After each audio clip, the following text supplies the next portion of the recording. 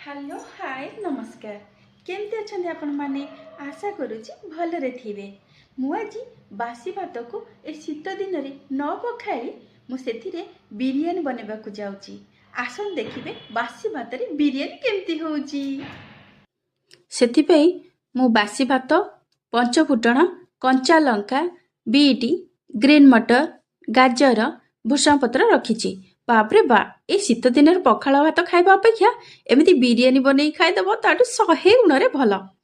देखो कड़े किछि तेल दे से पंचफुटण कंचा लंका भूषण पत्र पकई टिके भाजीदबा आ कटा ही रखाई गाजर को पकेइबा बीट ग्रीन मटर से लुण हलदी पकई भल भाव आम ताको भाजीदबा आउ किछि समय घोड़े की रखा सिझापी